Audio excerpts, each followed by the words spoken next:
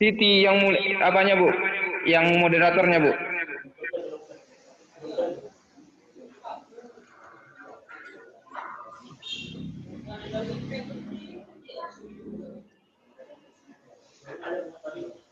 Ayo. Soalnya udah mulai.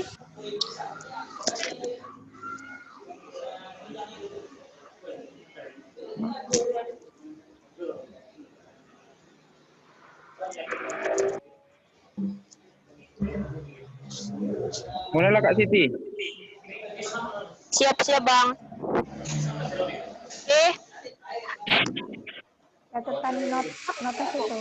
Dek, ambil kan notas Mama, Dek. Notas coklat itu, Dek.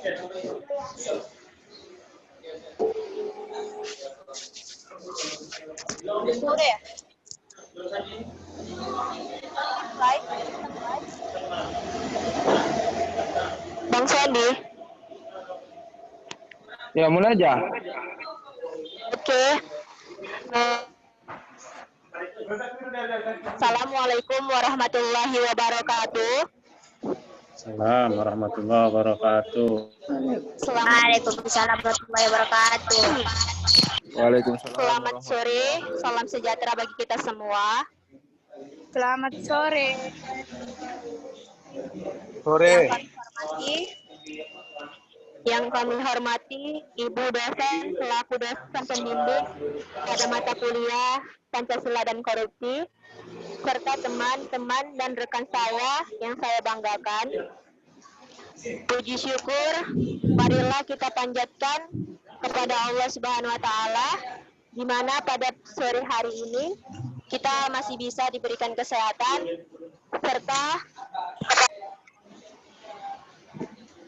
bisa berkumpul di media sosial ini. Pada kesempatan ini, kami dari kelompok 7 ingin mempresentasikan hasil diskusi kami, di mana topik yang akan kami bahas mengenai pada presentasi kali ini, yaitu tentang kasus korupsi UINSO. Saya selaku moderator akan membimbing jalannya presentasi ini. Sebelum kami memulai presentasinya, kami dari kelompok 7 akan memperkenalkan diri masing-masing. Saya Siti Alicia sebagai moderator, dan rekan Saya Soyandi Malik Pratama. Saya Delviana Sibuan. Saya Balkis Intan Ratini.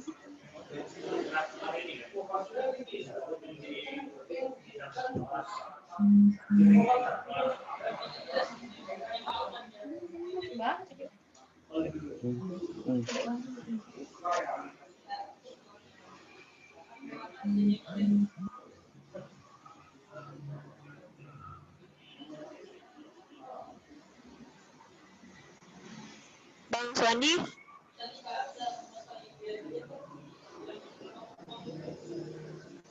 Lanjut ke latar belakang. Oke. Ya Bang. Saya membacakan materi, tapi Kak Delpi. Oke, bentar ya Bang.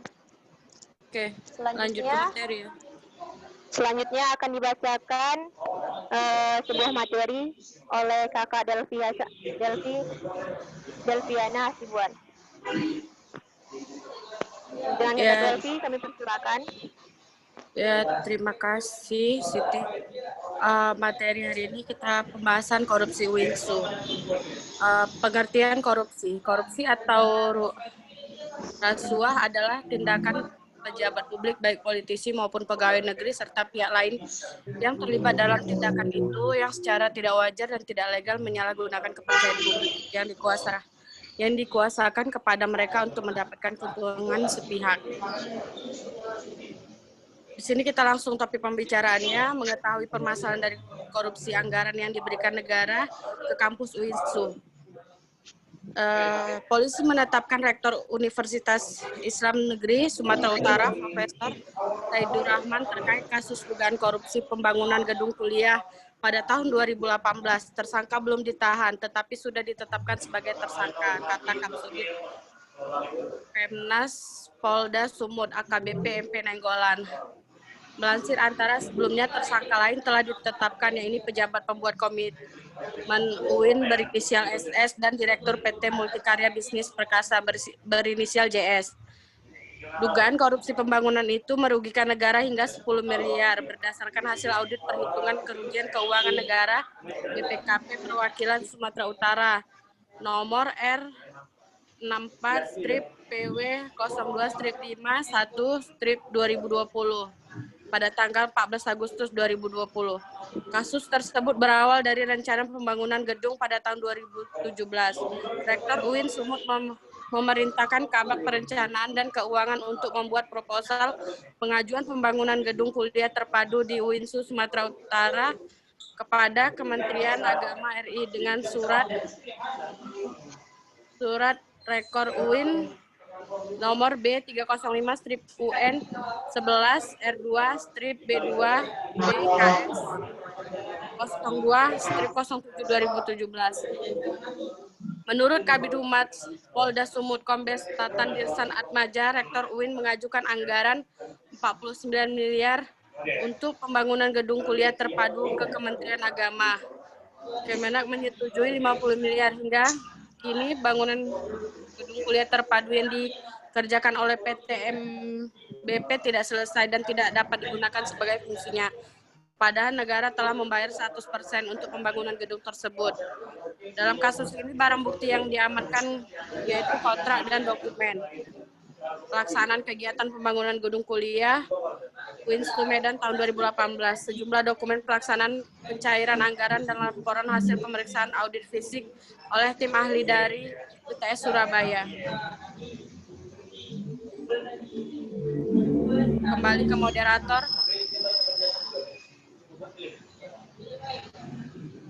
Ya, terima kasih kepada Kakak Delviana Sibuan yang sudah membaca materi tadi.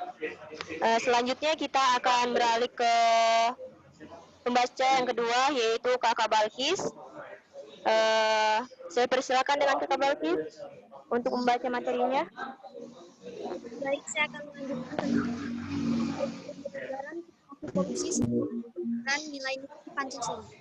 Yang pertama, pelaku yang melakukan korupsi seperti kanan yang bersih orang lain. Melanggar sila kedua, kemanusiaan. Izin, tolonglah suaranya diapakan dulu, besarkan.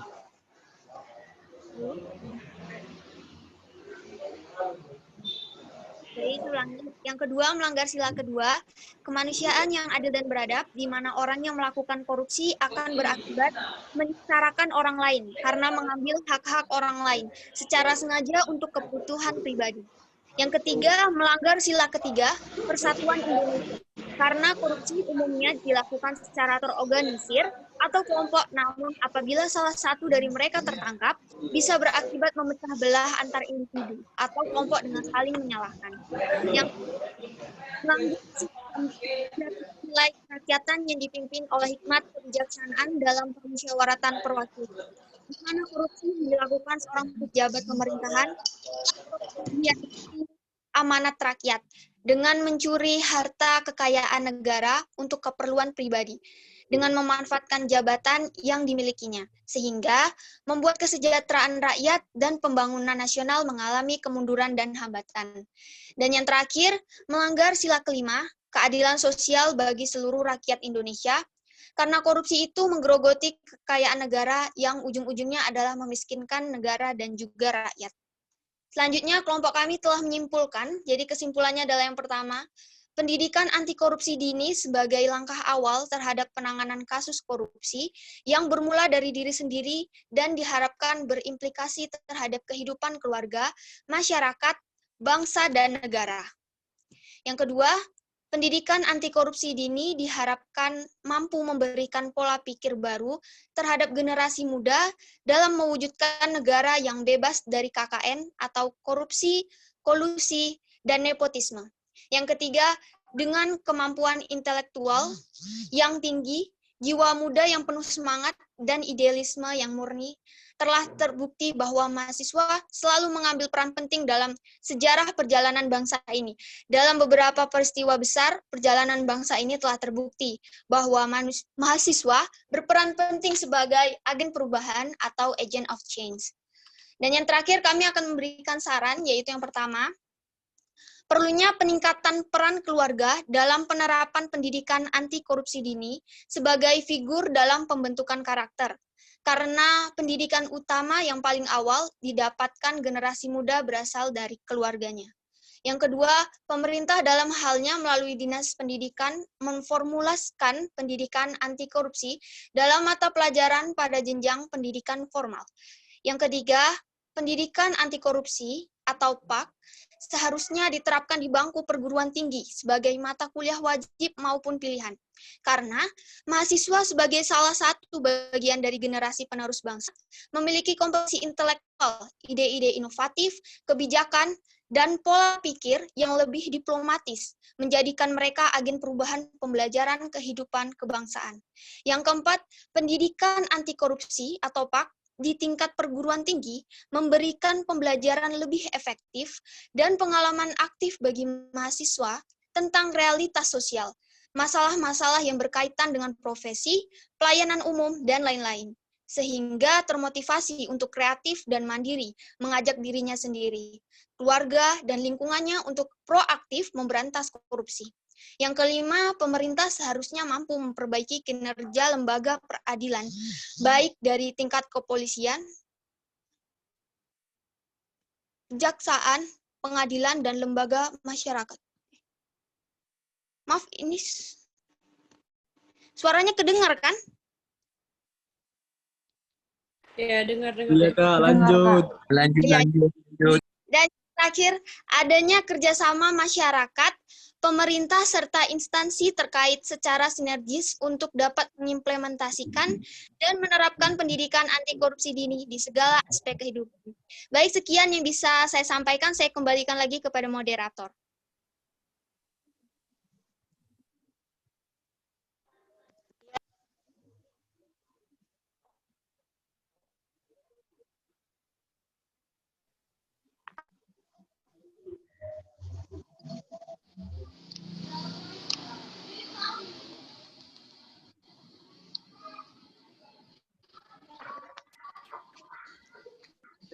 Udah mana moderatornya? Ya Bu, maaf Bu. Iya. Ya, terima kasih kepada Kakak Balkis yang telah membacakan materi tentang kasus korupsi tadi. Selanjutnya kita beralih ke sesi tanya jawab, di mana kami akan memberikan kesempatan tanya jawab kepada teman-teman sekalian yang ingin memberikan pertanyaan kepada kelompok kami. Kami persilakan dengan segala hormat. Saya Bu, saya. Kelvin. Saya Bu. Saya Bu. Iya Bang, sebutkan nama dan ya Bang. jurusannya Bang. Perkenalkan, nama saya Kelvin Alvarez Kindraha dari Prodi Sistem Informasi Kelompok 2. Kami silakan dengan Abang untuk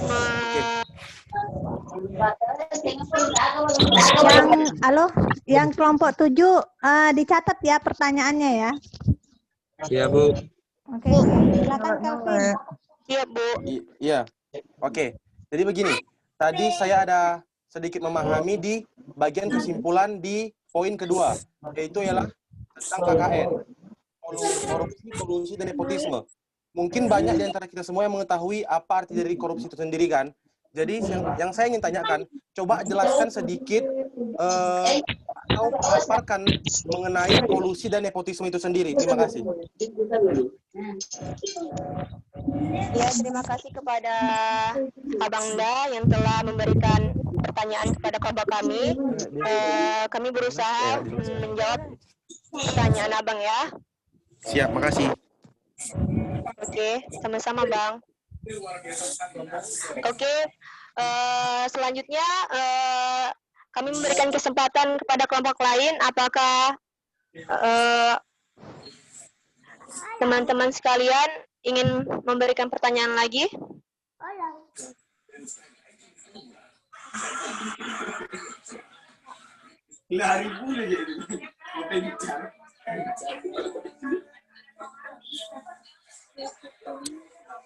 Bisa buka slide-nya yang tadi nggak? Oh, bisa-bisa, Kak. Bang Sandi, tolong dong.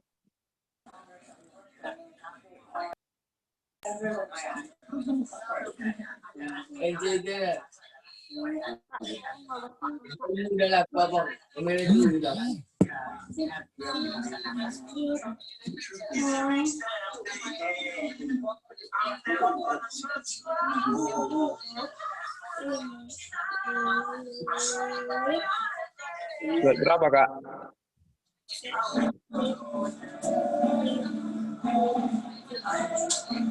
Ini yang ke satu benar, ini yang kedua.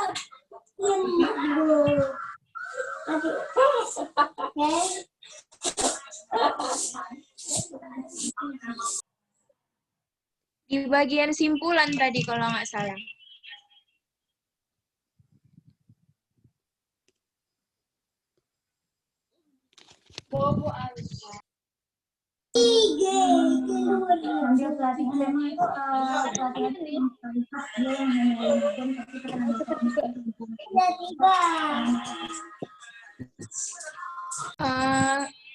Mau nanya nih buat kelompok 7. Maaf, Kak. Disertai nama sama prodinya ya, Kak? Ya.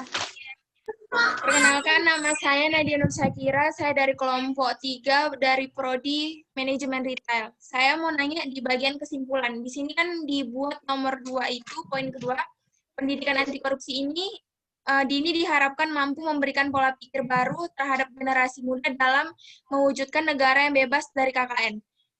Nah, saya mau nanya ke kalian, bagaimana cara kalian untuk membuat pola pikir pemerintah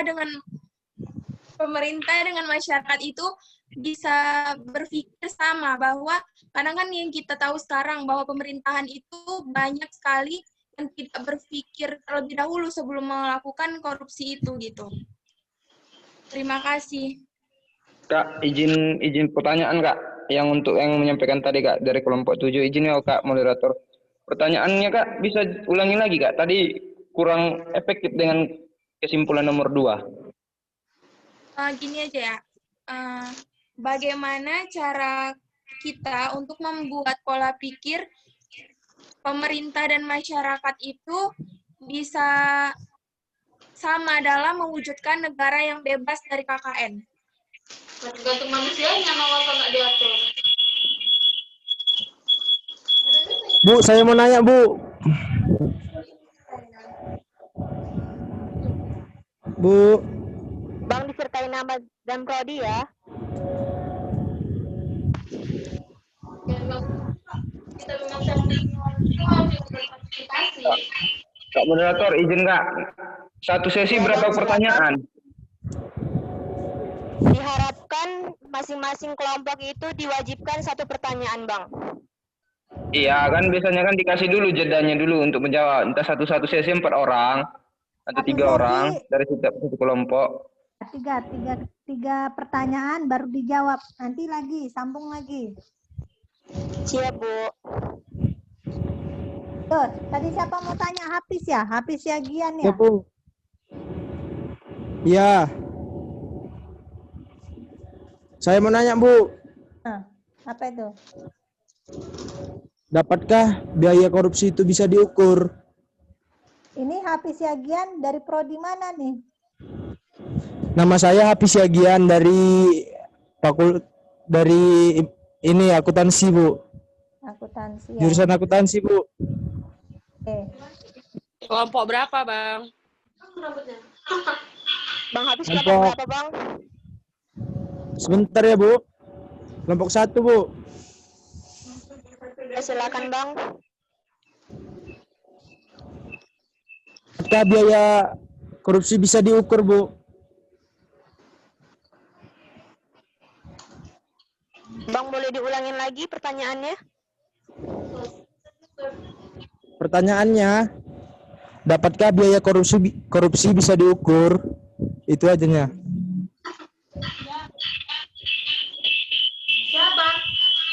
Terima kasih kepada Bang Hafiz. Tunggu sebentar, Siti. Telah memberikan pertanyaannya. Maksud si Hafiz ini maksudnya mungkin berapa nominalnya baru bisa dikatakan itu sebagai korupsi gitu ya? Ah, ya benar, Bu. Oke. Itu pertanyaannya apa, Siti? Dicatat ya. Siap, Bu.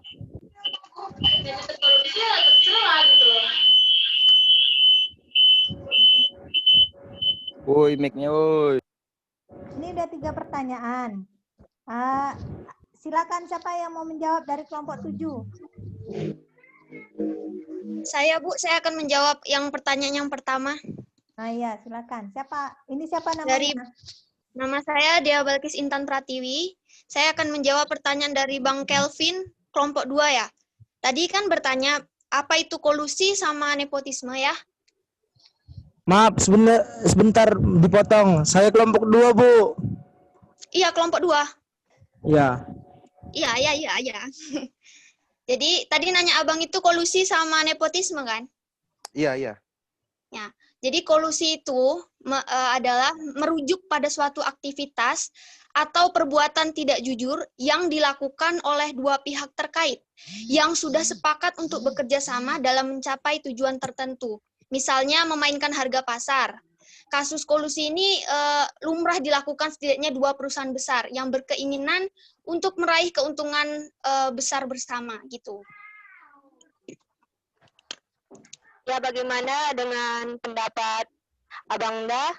Kira-kira sesuai dengan pendapat Abang? Sama nepotisme satu ya? Nepotisme tadi nepotisme. ya? Nah, nepotisme itu gini loh. Dia tuh kayak memilih saudara atau teman akrabnya berdasarkan hubungan, bukan berdasarkan kemampuan. Jadi kalau misalnya Abang punya kerjaan kan, Abang lebih milih saudara Abang daripada orang-orang lain yang punya kemampuan gitu. Nah, itu lebih dipilih berdasarkan saudara atau teman akrab, bukan berdasarkan kemampuannya gitu. Oke. Ada yang mau nambahin? Ada yang mau nambahkan? Enggak ada?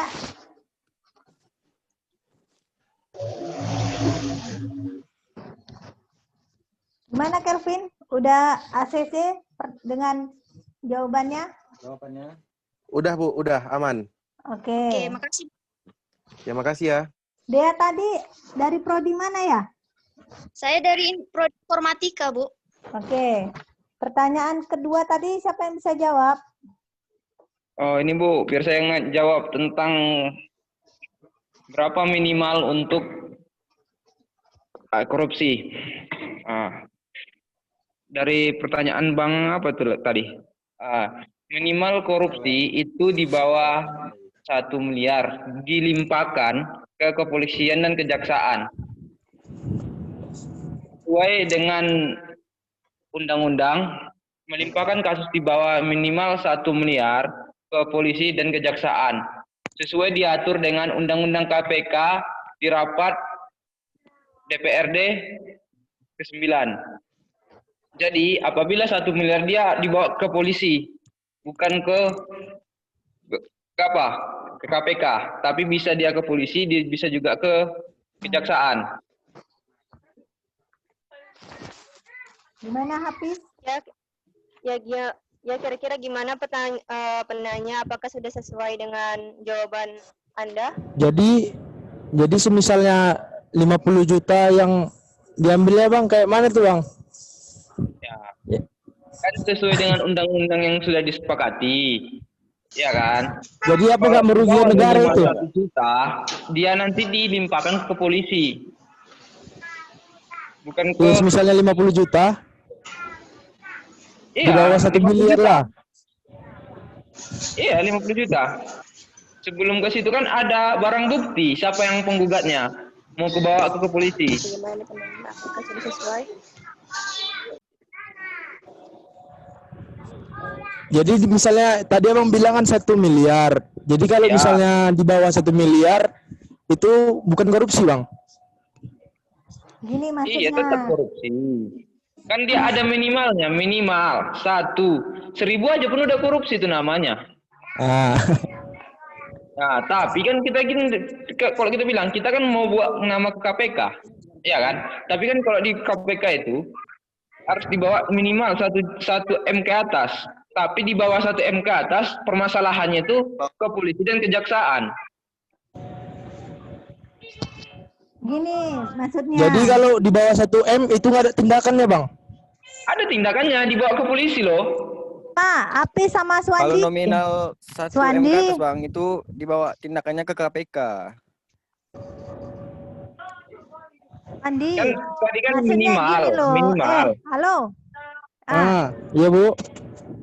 Maksud Swandi tadi Ah. itu kalau di bawah 50 juta itu yang menangani itu yang kepolisian atau kejaksaan. Di atas 1 miliar itu yang menangani KPK. Itu dia. Oh, begitu. Swandi seperti itu. Ya. Ya.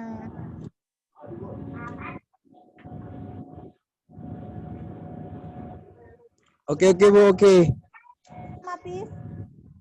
Paham, Bu? Oke. Ya, gimana, Bang Hafiz? Paham. Kira-kira sesuai dengan jawabannya?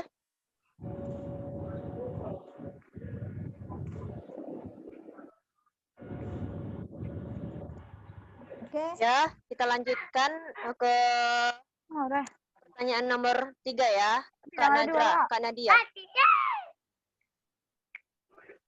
Kepada penyaji untuk menyampaikan jawabannya, silakan.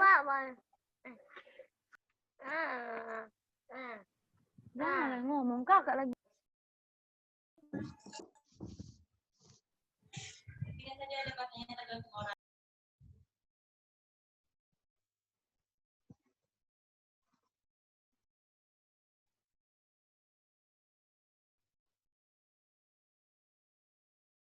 Kemana suaranya ini semua?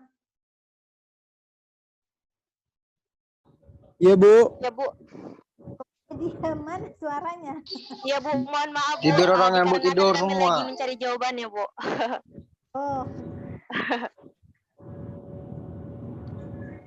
Ya benar, cuman saya menyempitkan istilahnya lebih padat lagi jawabannya, bahwasannya korupsi itu 1 rupiah pun juga bisa dikatakan korupsi. Cuman untuk penanganannya di atas 1 miliar itu KPK yang menangani, yang di bawah 1 miliar itu kejaksaan sama kepolisian yang menangani. Jadi kalau misalnya kayak kasus Joko Chandra, dia itu kan di atas 1 miliar.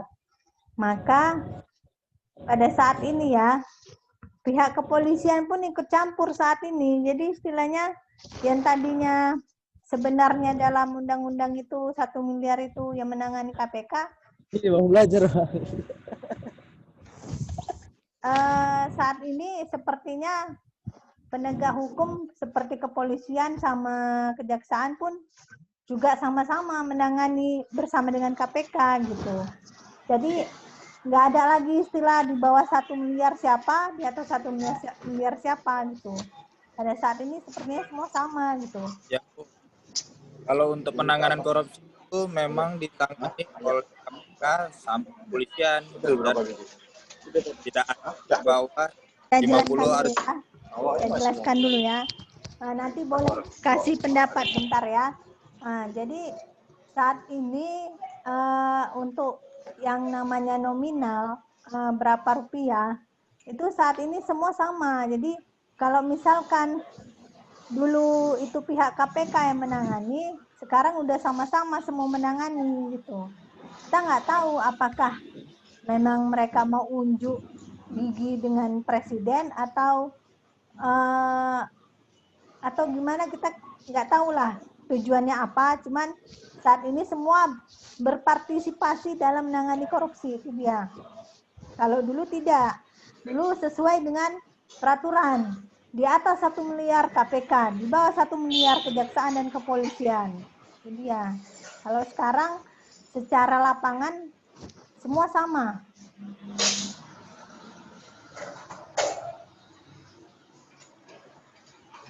Ke ATM, Muhammad Fazri,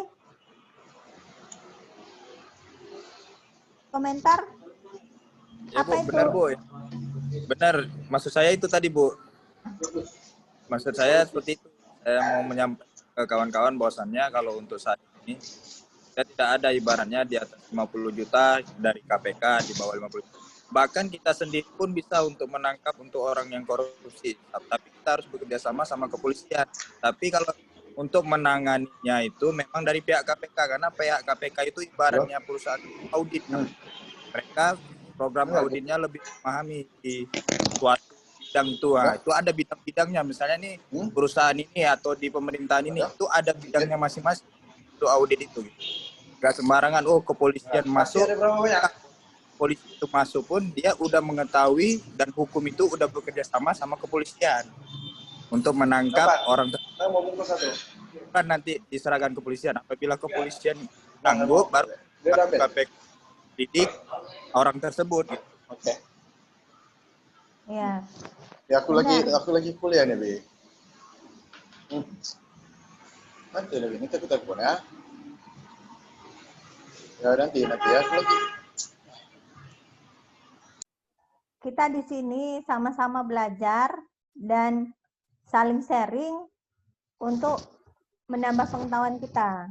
Jadi mungkin ada yang sudah punya pengalaman, bisa sharing kemari. Jadi bagi adik-adiknya juga bisa nambah pengetahuan bagaimana di lapangan gitu. Jadi kayak siapa tadi, Fazri, yang dikatakannya, yang disampaikannya benar. Jadi bisa nambah pengetahuan kalian. Jadi saya pun bisa juga ngasih ngasih informasi atau ngasih ilmu, ditambah lagi dengan mahasiswa saya yang sudah ada pengalaman atau yang istilahnya udah tahu gitu ranahnya hukum itu bagaimana ya. Silakan kita sharing di sini. Jadi kita saling sharing, saling memberitahu ilmu bagaimana ilmu hukum itu sebenarnya di lapangan. Itu dia. Jadi nggak ada yang namanya istilahnya aku paling pintar, itu paling bodoh, nggak ada. Semuanya di sini belajar, sama-sama belajar. Saya pun belajar, kalian pun belajar. Jadi itulah pesan saya ya. Ya Bu. Oke. Ayo jawab pertanyaan yang kedua tadi siapa? Si pertanyaan dari Nadia tadi.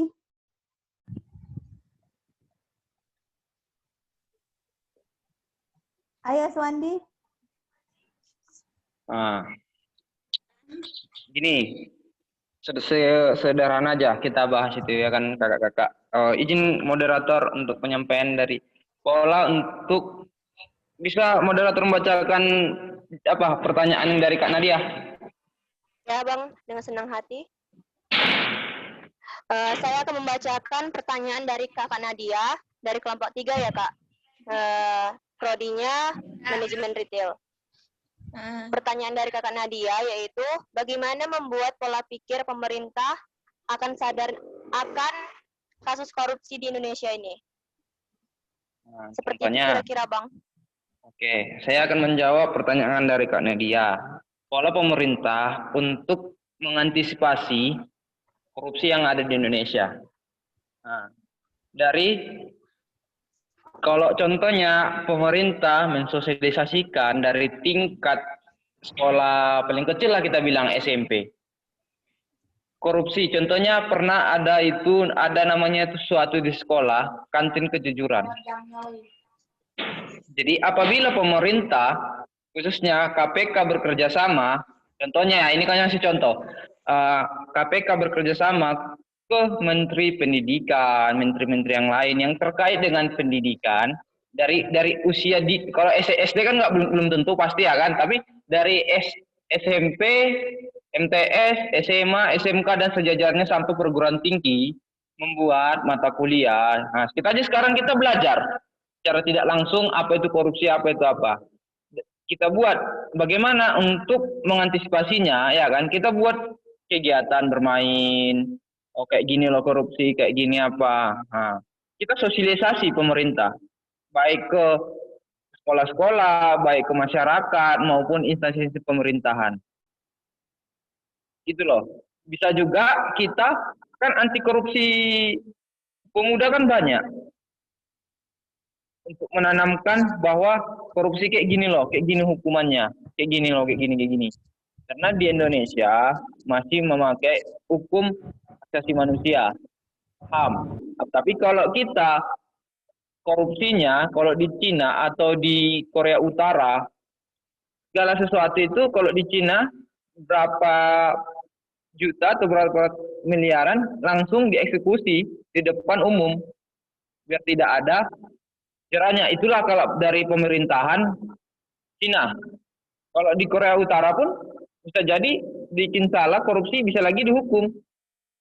Nah, tapi kita melalui pendidikan dan masyarakat. Itulah untuk dari pemerintah untuk mengantisipasi sejak dini. Khususnya dari sekolah, dari tingkat SMP sampai perguruan tinggi. Mana Kakak Nadia? Sorry Bang, saya potong Bang. Saya mau jawab. Izin Bang, coba tanya moderator Bang. Bisa nggak kita nggak bisa kayak gitu Bang? Izin Kak moderator apabila dibisakannya bisa menjawab. Kalau kayak gitu motong nggak bisa Bang. Siap Bang. Salah Bang, maaf ya Bang. Kita namanya kan kita belajar biar tahu juga entah kapan-kapan. Sampaikan dulu ke moderator, nanti moderator nyampaikan saya, baru abang nyampaikan Iya, lagi. Bang, tenang Bang, tenang. Halo Bang Suandi. Udah balik lagi ke moderator. Iya Bang. Moderator. Bang siapa tadi yang mau nanya Bang? Silakan saja Bang. Karena kan kita kan diskusi. Pasti juga Iya. ada sanggahan dong. Silakan aja Bang. Nah, saya mau klarifikasi ibaratnya dengan jawaban siapa tadi ya Bang? Siapa yang Muhammad Fazri ini prodi mana? Biar saya catat dulu kan. Istilahnya ini tambah poin nilai untuk UAS nanti ya. Dari mana ini prodinya? kewirausahaan Bu? Sebutkan dulu Bang. Manajemen kewirausahaan. Oke. Kelompok Bang? Kelompok 3. Oke. Silakan. Nah, saya kan mau klarifikasi bahwasannya kalau di luar negeri itu sama di Indonesia itu sedikit berbeda karena di Indonesia ini ibaratnya kebijakan pemerintah itu hukum yang bergerak, semua tuh hukum. Jadi udah tertata rapi lah dengan kebijakan hukum dan pasal-pasal yang udah ditentukan. Jadi kalau misalnya di luar itu kebijakannya ibaratnya kerajaan. Jadi sistem kerajaan itu sama hukum itu sedikit berbeda. Itu aja sih. Mantap lah, Jri. Lagi yang mau nambahkan? Itulah jawabnya betul. Izin moderator. Ya silakan Bang. Bisa tolong dibacakan sekali lagi pertanyaannya? Yang pertanyaan Kak Nadia ya? Iya. Oke, siap Bang. Pertanyaannya itu bagaimana membuat pola pikir pemerintah sadar akan kasus korupsi di Indonesia ini, Bang? Oke, dari pertanyaannya kita kan bisa memahami gitu kan, bagaimana cara kita membuat pola pikir pemerintah itu terbuka tentang apanya korupsi kan. Tadi maaf ya kepada Bang Suandi, tadi Bang Suandi itu menjawab itu seolah-olah pertanyaannya itu apa hal yang perlu dilakukan oleh pemerintah dalam memberantas korupsi, bukan cara kita membuka pola pikir pemerintah. Paham kan? Iya. Pertanyaannya kan benar kan? Benar. Nah, jadi maaf sebelumnya Bang ya. Maaf sebelumnya, apakah bisa jawaban dari Kak Nadia itu, jawaban dari Bang Suandi itu diperbaiki lagi gitu? Terima kasih.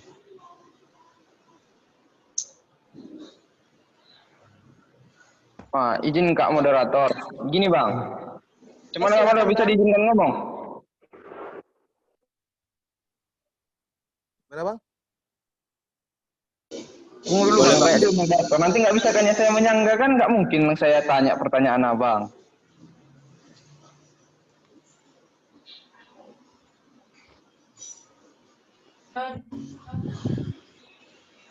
Kak moderator bisa saya menjawab? Iya silakan Bang, dengan senang hati.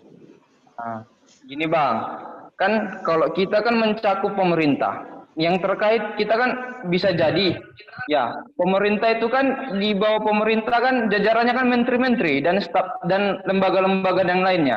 Lembaga yang berwenang ke situ kan dia Bang KPK. Nah, jadi untuk kalau kita bilang mengantisipasi ya kan. Nah, dari pastikan dari dasar dulu, dari ya bisa jadi di sekolah atau yang di mana atau di masyarakat. Kalau di sekolah dia buatkan dia kurikulumnya kayak mana apanya. Kalau di masyarakat kayak mana hukumannya, kayak mana apanya. Kalau kita, oke lah. Tadi saya membahaskan contohnya ke luar negeri. Kalau di luar negeri, Cina aja masih orang itu masih bukan ada sistem kerajaan atau apa. Nah, di Cina aja masih pakai presidensial. Di Korea Utara masih presiden, tapi sistem pemerintahannya kayak ada sistem kasta. Nah, ya bagaimana orang itu ekstrim untuk melakukan tindak korupsi dari apa? Dari dini.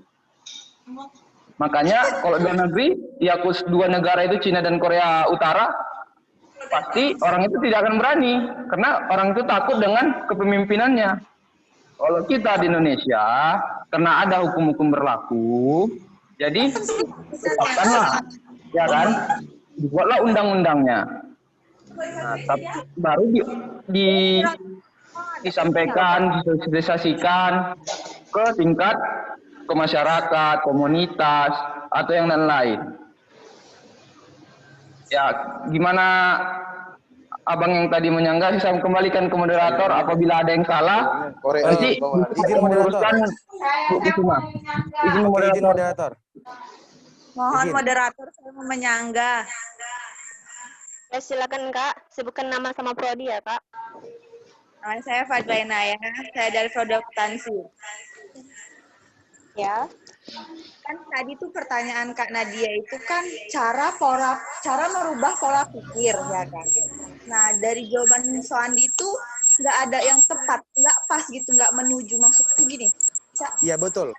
Itu yang memang satu hal itu cara nggak usah ke kasta, ke Cina, caranya aja gini.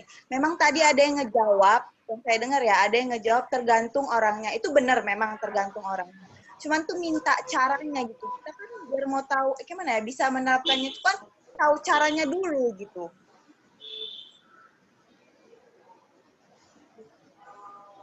Boleh nggak maksudnya jawaban Soandi itu yang lebih pas ke caranya aja gitu. Jangan yang lebih singkat, padat, jelas. Jangan menuju ke kasta, ke kota, ke negara Cina. Enggak. Bu dosen, saya sebagai moderator ingin menjawab pertanyaan mereka, boleh Bu? Tunggu dulu, si Fadila kan belum. Tunggu dulu, ini kan.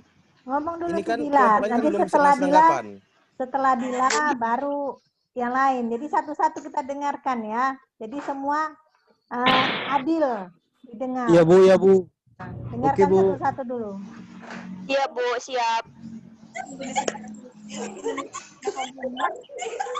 Aku udah nggak tahan ini loh. Ya lanjutkan Kak Fadila. Nah jadi Kak, saya minta jawaban yang memang ke caranya karena ini kan basic kayak inti cara merubah pola pikir pemerintahnya aja Kak.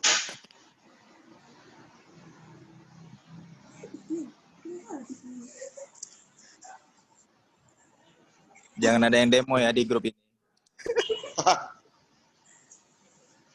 Ya, kalem woi, kalem. Jawaban yang memang pas gitu ke cara merubahnya, bukan cara merubah, ke pertanyaan yang Nadia tanya gitu. Kita nggak usah lari ke Cina gitu, kita bahas ke negara kita sendiri aja, nggak usah ngebahas ke negara yang lain. Karena kan dari pertanyaan itu kan caranya ke Indonesia, bukan ke Cina. Iya Bu, ya, oke. Pas tuh Bu. Dosen, saya sebagai moderator izin jawab pertanyaan mereka, boleh? Nah, silakan. Silakan, kita ini kan diskusi nih. Silakan. Terima kasih banyak Bu. Saya akan menjawab dari pertanyaan Kakak Fadila ya. Kan tadi bagaimana cara membuat pola pikir pemerintah akan sadarnya kasus korupsi kan Kak? Kita ini kebanyakan para pemimpin kita aja Kak, misalnya KPK, mereka aja sudah banyak melanggar peraturan-peraturan yang dibuat oleh pemerintah kita sendiri. Bahkan masyarakatnya sendiri pun mereka kebingungan akan atasan-atasan mereka saja sudah banyak sekali melakukan kasus korupsi. Dan itu pun mereka sudah membuat para masyarakat kelas bawah membuat jadi tersingkirkan gitu oleh bantuan pemerintah. Kan para KPK kan dia kan misalnya dia melakukan kasus korupsi keuangan yang dilakukan oleh di bank gitu kan misalnya. Mereka aja para pemimpin aja membuat perlakuan yang tidak baik, membuat contoh untuk masyarakat aja, mereka nggak baik gitu untuk masyarakatnya sendiri. Padahal mereka kan pemimpin pemerintah kan Kak. Kenapa mereka nggak buat contoh yang baik untuk masyarakatnya sendiri? Padahal mereka bersumpah di atas kitab suci mereka bersumpah akan mereka jalankan tugas mereka dengan sebaik mungkin. Yang diucapkan oleh para pemimpin kita itu. Sekarang ini tergantung ini kita Kak, pemimpin kita. Kalau pemimpin kita bijak, akan sadari dia ke kitab itu Kak. Besok kelompok kami. Ya. Ya Kak. Lanjut. Yang sedikit nyangga ada yang saya sedikit mau nyangga di situ ada yang kayak keselip ya. Tadi kan kamu bilang itu tergantung pemerintahnya. Nah kan itu Nadia kan di situ kayak mana cara merubah pola pemerintah sama masyarakat itu sama. Soalnya kan korupsi itu salah gitu. Nah itu loh maksudnya. Pemerintahan. Terus yang kedua. Sedikit mau nambahi bisa? Lah masyarakat salah. Enggak. Buat apa kita nilai pemimpin itu kalau kita udah tahu bakal buat kesalahan? Sabar. Sedikit menambahi jawaban dari moderator saya tentang pertanyaan Kak Dila ya. Itu kan kembali ke individualnya masing-masing lagi Kak. Itu sifatnya itu. Moderator karena izin. Ya silakan. Nama saya Muhammad Idris dari Kewirausahaan. Dari tadi kan saya mendengar semoga saya tidak salah, kalau salah mohon dengarkan, kita diskusi. Bagaimana kita meningkatkan cara pola pikir ya? Sabar ya Pak. Pak mohon sabar, karena kasus yang tadi belum selesai dibicarakan. Mohon maaf ya Pak. Terima kasih. Ya, selanjutnya Kakak David tadi silakan dilanjutkan. Ya, saya cuma menambahkan aja bagaimana sifat pemerintahan kita itu tadi kan, itu kan kembali ke individualnya masing-masing. Ada atau enggaknya niat mereka dalam korupsi itu sendiri gitu. Dan kita sebagai generasi yang berikutnya, mana tahu salah satu dari kita nanti ada yang duduk di atasan sana. Ya jangan sampai kita seperti mereka yang pernah korupsi itu gitu. Buat kakak-kakak dan abang-abang yang mana tahu nanti ada rezekinya bisa sampai ke tempat seperti mereka, ya abang juga dan kakak juga bisa merubah pola pikirnya seperti itu gitu. Tidak melakukan korupsi. Karena udah memang katanya bersifat turun-menurun, tapi kalau bisa kita yang generasi muda, kitalah yang menghapus itu semua biar tidak ada turun-menurun korupsinya itu gitu. Gimana Kak? Berarti cukup itu aja. Ya gimana kira-kira Kak Fadila? Godaannya banyak itu.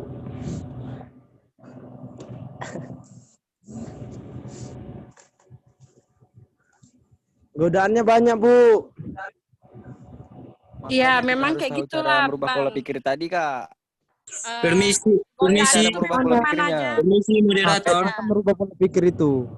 Halo. Harap sabar ya Kan teman-teman, dari harap mindset sabar. kita sendiri, pola pikir Kawan-kawan, itu kan tolonglah dari hargai mindset kita moderatornya. sendiri, Bang. Kawan-kawan, tolong hargai Teman-teman, harap moderatornya.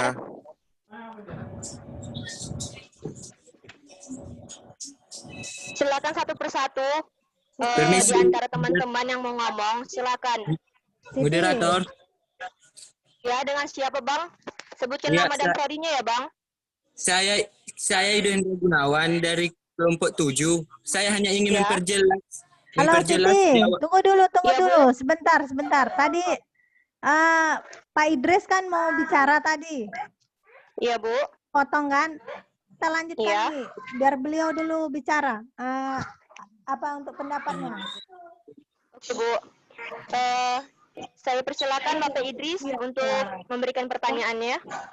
Terima kasih Bu dosen, terima kasih moderator. Iya Pak, sama-sama.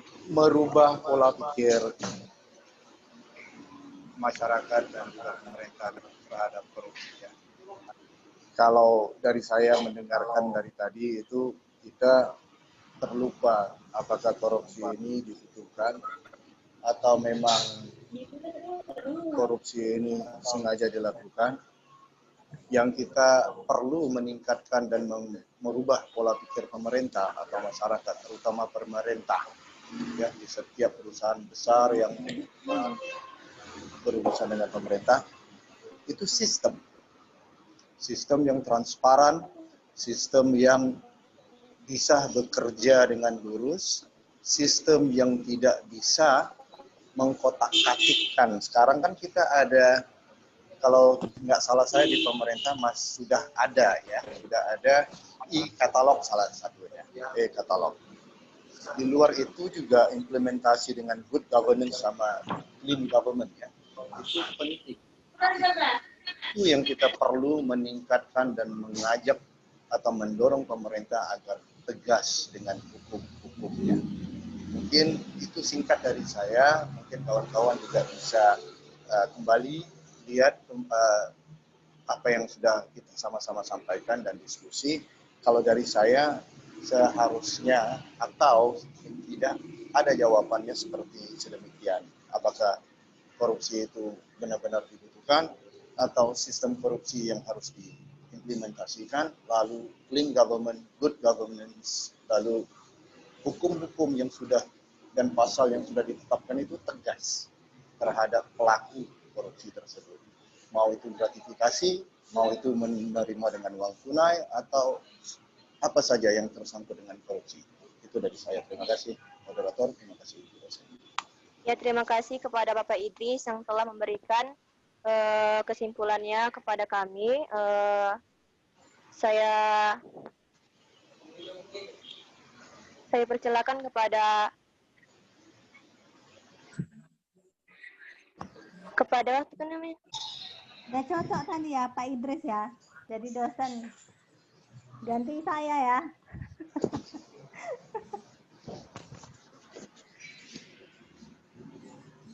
Kira-kira ada lagi yang mau memberikan pertanyaan? Permisi Teman-teman. moderator. Baru mau belajar, Bu. Udah tua-tua gini baru mau belajar, Bu. Mohon izin, maaf, Bu. Gak apa-apa. Ya, sabar ya, Bang.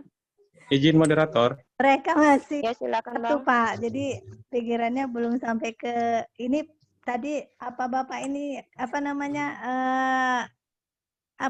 saya bilang pendapat Bapak ini udah seperti anak S3. Udah seperti anak S2. Jadi udah cocok Pak Idris jadi dosen ini. Aduh, Bu, janganlah, Bu. Baru mau belajar, Bu. Baru mau belajar. Baru mau sekolah kelas lama ini, Bu. Baru kesempatan ini. Umur enggak, semoga umur Belajar sini, Pak. Halangan. Sama kita belajar sini.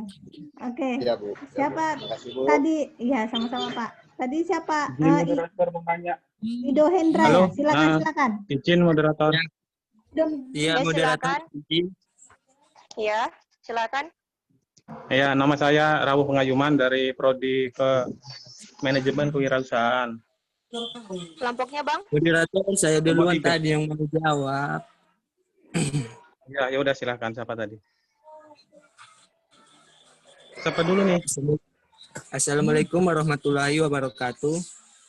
Perkenalkan, nama saya Ido Indra Gunawan dari kelompok 7, ingin menjawab pertanyaan yang sekiranya diperdebatkan dari tadi, yaitu bagaimana cara kita untuk membuat pola pikir kita sama dengan pemerintah untuk menangani kasus korupsi.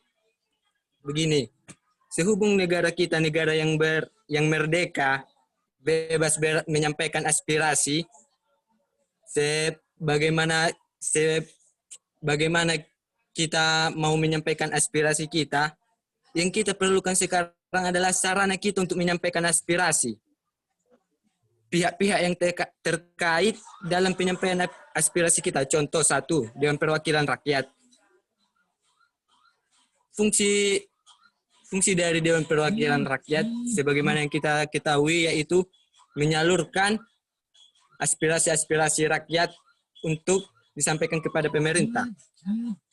Jadi kalau kita lihat saja dari kasus yang sekarang, DPR saja sudah bermasalah. Kita menyampaikan aspirasi dengan cara demo. Sesuatu hal yang tidak baik di mata masyarakat kebanyakan. Jadi menurut saya inilah tujuan kita mempelajari betapa merugikannya korupsi ini bagi masyarakat.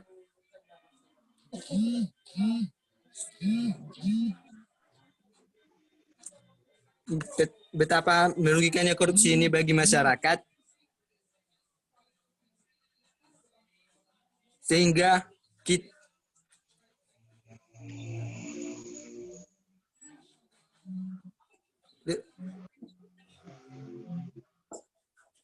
tunggu Bu, ngelek-ngelek Bu.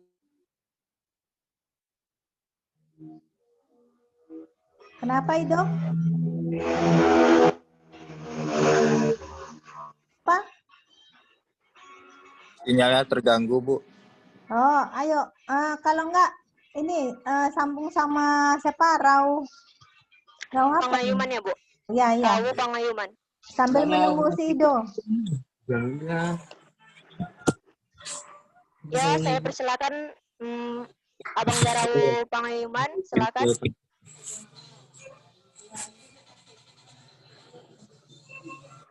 Coba isi dia. Tulisannya apa, Bos? Cekak-cekak. Aro.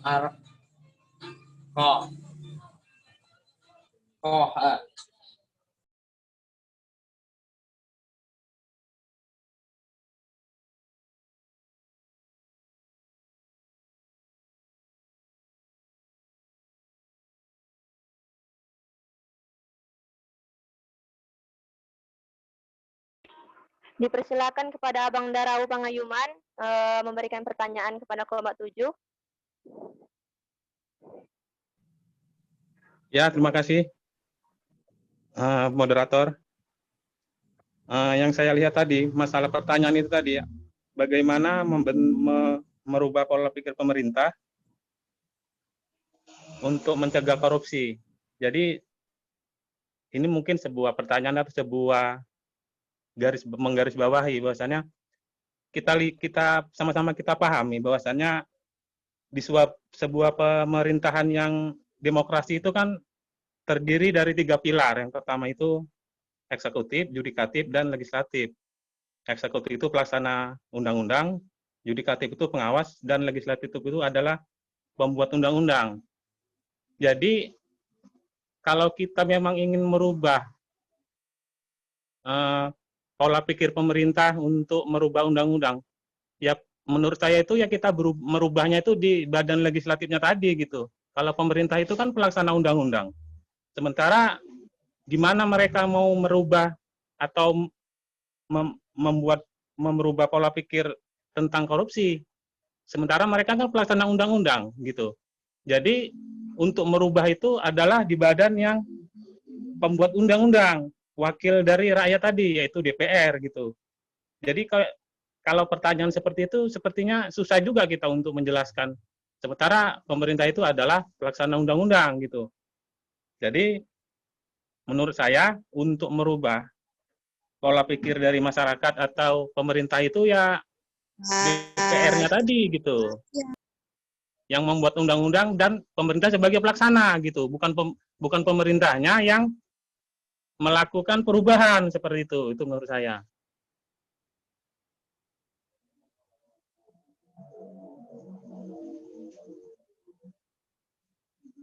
Kemudian sebenarnya gampang aja, Bu. Kemudian kan ada badan kita yang pengawas, yudikatif gitu kan. Jadi pengawas dan pembuat undang-undang ini tadilah yang menggodok undang-undang tadi gimana supaya pemerintah itu tidak melakukan korupsi. Nah, menurut saya seperti itu. Jadi kalau pemerintah sebagai pelaksana undang-undang, sementara dia diharuskan untuk merubah pola pikir untuk tidak korupsi. Ini sulit untuk dilakukan gitu. Jadi dia melakukan dua pekerjaan. Pekerjaan dia adalah melaksanakan undang-undang. Jadi kalau mereka dipaksakan untuk membuat pola pikir itu tadi, jadi nggak bekerja nanti mereka gitu. Yang bekerja untuk membuat supaya tidak terjadi korupsi adalah anggota dewan, ya badan legislatif, pembuat undang-undang, nah gitu menurut saya. Kalau ada yang kira-kira yang salah dari pemerintah, saya juga minta dikasih masukan. Ya, terima kasih kepada Abang Rauh Pangayuman telah memberikan aspirasinya kepada kami.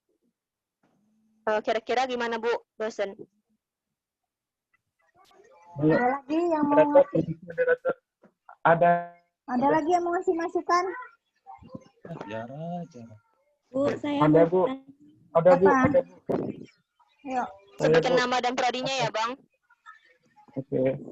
Saya atas nama Maulana Midiansyah, Prodi Manajemen Retail, kelompok 5. Saya ingin bertanya bahwa apa persepsi Anda tentang KKN dan bagaimana cara Anda menerapkan di kehidupan Anda agar terhindar dari kasus KKN tersebut. Terima kasih. Ya, terima kasih kepada Abang Da. Ini Maulana ini prodi apa ya? Manajemen retail, Bu. Manajemen ini berarti ngasih pertanyaan ya? Iya, Bu. Oke, jadi tadi udah 3 pertanyaan ya. Jadi jawabannya tadi sebenarnya sih kalau menurut saya ya, itu yang dikatakan Pak Idris tadi benar. Itulah dia jawabannya. Dan kita sebenarnya bukan dari orangnya, tapi sistemnya, itulah dia. Sistem hukumnya yang harus diperbaiki.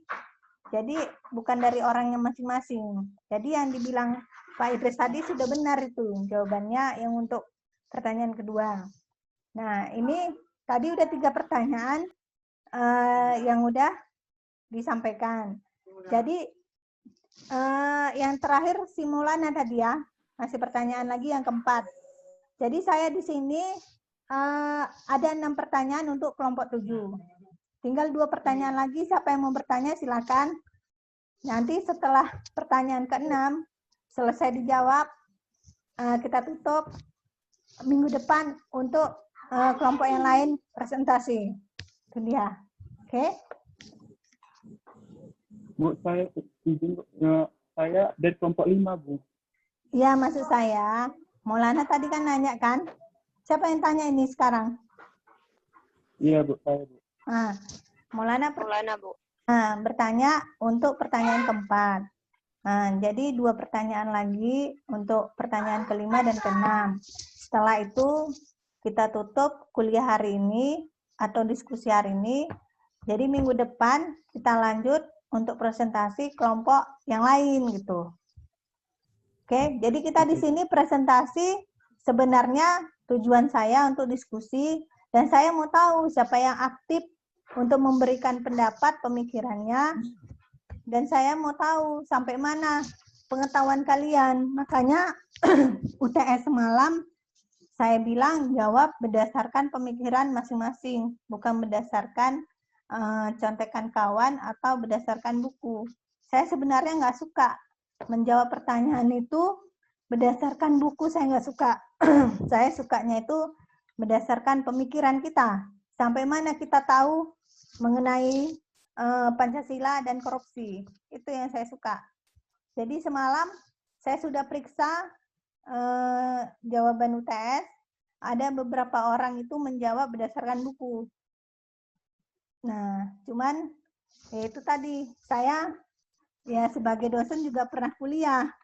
Jadi saya nggak mau ngasih nilai yang jelek. Cuman ya di bawah rata-rata lah istilahnya, bukan di bawah rata-rata, di rata-rata nilai lah saya berikan, itulah dia. Ada juga yang menjawab berdasarkan pemikirannya. Saya suka seperti itu. Jadi dia berarti memahami tentang materi Pancasila dan korupsi. Nah, nanti sore atau nanti malam saya share nilainya semua. Masing-masing saya share ke grup untuk hasil UTS-nya yang semalam saya share. Nanti di situ boleh bertanya sama saya kenapa nilainya segitu, atau ya silakanlah dikoreksi kenapa nilai saya lebih rendah dari kawannya, itulah dia. Oke, yuk silakan yang mau bertanya. Tadi setelah Maulana siapa lagi yang mau bertanya? Ayo silakan. Saya mau bertanya, Bu. Ayo. Ya Kak, sebutin nama dan prodinya ya Kak. Ya Kak. Baik, perkenalkan nama saya Erika Sianipar dari Prodi Sistem Informasi kelompok 3. Saya ingin bertanya, apa alasan Rektor UINSU hanya ditetapkan sebagai tersangka dan belum ditahan sampai saat ini? Ya, terima kasih Kak atas pertanyaannya. Kepada penjawab kami persilakan. Tadi dari mana? Siapa tadi? Erika ya? Erika apa Mega? Erika, Bu. Nah, dari mana? Prodi mana? Sistem informasi. Sistem informasi ya? Oke. Siapa lagi? Saya, Bu. Nah, apa itu Mega? Saya mau bertanya, saya dari kelompok 8, dari Prodi Manajemen Retail. Silakan. Moderator. Iya, silakan. Saya mewakili Siti nih. Moderator tidur. Apabila melihat petinggi negeri korupsi.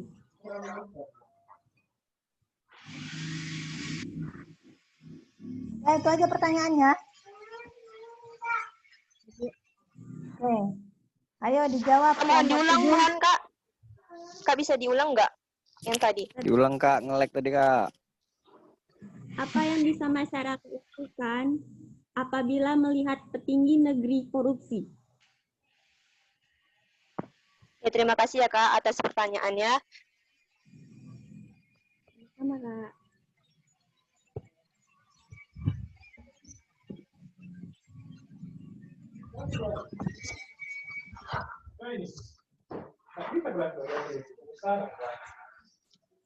Apanya nggak bisa?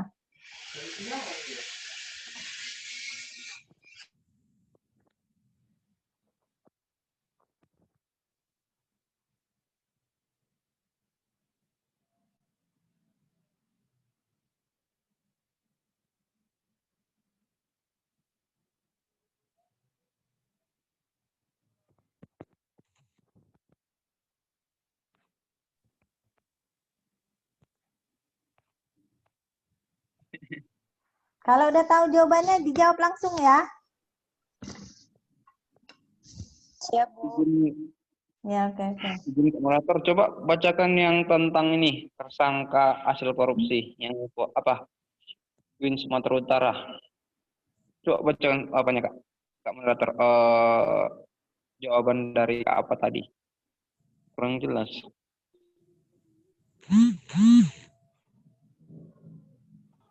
Bang Suwandi nggak nyatet ya? Nggak nyatet Nyatet. pertanyaannya? Catat. Ya jawab aja Bang sebaik mungkin. Ya bagus disampaikan lagi tadi kan lagi ngambil pulpen. Ada coba sampaikan tadi Kak. Ya, jawab aja Bang, apa sebaik mungkin Abang gitu. Nah, Nggak apa-apa Mbak diulang. coba ulangi lagi tadi Kak apa yang mau bertanya tadi? Belum tertangkap atau sudah tertangkap tadi? 3 ya, Kak Megananda. Kak Megananda. Baik, saya ulangi pertanyaannya. Alasan mengapa Rektor UINSU belum ditahan Rektor UINSU hanya ditetapkan sebagai tersangka, belum ditahan sampai saat ini. Oh, gitu. Nah, gini Kak. Kita simpel-simpel aja menjawab. Nah, kenapa belum dikatakan? Karena gini, sering kita tengok di televisi. Polda Sumut menetapkan Rektor UINSU Sumatera Utara tersangka kasus dugaan korupsi, ya kan? Nah, Reskrim Polda Sumut telah menetapkan 3 orang, yaitu Dr. SS MA sebagai pejabat pembuat Komite Universitas Negeri Sumatera Utara, dan kemudian JJSE yaitu Direktur PT Mulia Bisnis Perkara Kasa, dan yang terakhir Prof. DRSE AAAMA Rektor Universitas Islam Negeri Sumatera Utara. Ujar Kabid Umat Polda Sumut Kombes Tata Diaran Karmarja. Bisa kakak tengok itu kan? Orang itu sebenarnya sudah ditetapkan. Nomor tertangkap kan udah ada. Menetapkan 3 tersangka berdasarkan audit perhitungan kerugian keuangan negara BPK Perwakilan Sumatera Utara nomor R6/P202/5.1/2020 pada tanggal 14 Agustus 2020 adalah sebesar 10.990.091.337. Jadi kalau ini Kak, udah anggaran yang diapakan, karena kan dia ada sistem apanya Kak, dalam artian gini loh, tahap-tahapnya, nggak langsung ditangkap. Ada sistematisnya untuk diperiksa dulu apa-apanya, yang apanya, kan makanya tadi kan dijelaskan Kak Delvia Hasibuan, dia ada tim IT-nya bekerja sama ini. Kalau nggak bisa kita langsung tetapkan dia langsung ditangkap. Ada lagi surat tugasnya, panggilan 1, panggilan 2. Nah, kayak gitu dia Kak. Kalau ditangkap terus nggak ada barang bukti Kak, nggak bisa lagi Kak. Apa maksudnya? Tidak bisa melakukan apa? Contohnya kan dia ditangkap, masih bisa lagi pengajuan lagi. Kenapa dia gini? Ya. Dia ada sistem mainnya Kak. Dalam artian dia masih kalau contoh dia tersangka, dia kan pasti kan mencari membenarkan diri dia kayak mana apa. Jadi pihak yang lain membuktikan dia tersangka bahwa dia bersalah. Gitu loh. Kalau ada kurang apa enggak bisa sampaikan lagi Kak. Saya kembalikan ke moderator.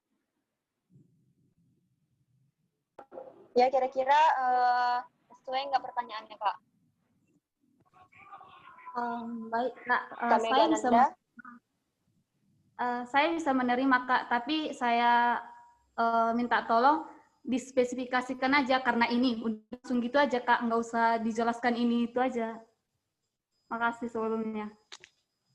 Ya mohon maaf ya Kak, kan karena manusia nggak selamanya sempurna Kak, kan ada juga kesalahannya. Mohon maaf ya Kak. Iya Kak. Asik. Ya kami berusaha sebaik mungkin untuk menjawab pertanyaannya Kak. Ibu moderator. Iya Pak. Izin sekali lagi. Ya silakan Pak. Mungkin terbantu dengan jawaban yang tadi bertanyakan kenapa sampai hari ini belum didakwa. Itu kan balik lagi tadi saya sampaikan mengenai sistem. Sistem yang perlu diluruskan, ditegaskan supaya meningkatkan pola pikir mau itu pemerintah, mau itu legislatif, mau itu siapapun yang terkait dalam pembuatan hukum dan pasal-pasalnya. Jadi kalau sistem itu tidak tegas, maka kejadian korupsi sejak 2018 sampai hari ini pun belum jadi tersangka. Tapi kalau sistemnya tegas, kalau tadi cerita negara-negara lain, kita tidak perlu jauh. Coba lihat di negara tetangga seperti di Singapura. Hari ini terdakwa, tersangka, besok langsung divoniskan. Jadi balik lagi ketegasan dari sistem pemerintahnya. Itu aja sih, singkat sih dari saya. Semoga dapat sama-sama kita diskusi. Terima kasih. Terima kasih kepada Pak Idris yang telah menyampaikan aspirasinya kepada kami. Kira-kira ada lagi pertanyaan teman-teman?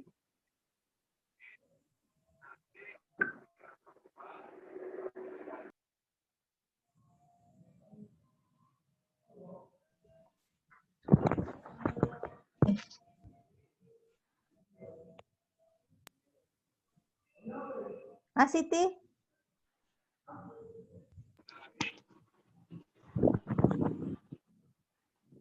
Halo?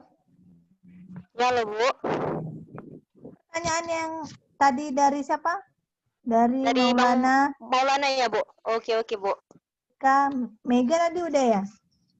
Kak Mega udah, Bu. Tinggal Kak Erika yang sama Bang Maulana. Ya, ayo lanjut. Kak, tadi yang kakak jawab dari Erika, Kak, pertanyaannya. Dari Erika ya, Kak? Enggak, Kak Mega ya? Bukan. Oh, maaf ya, Kak. Maaf sekali lagi. Iya, Kak. Soalnya kali sama pertanyaan saya.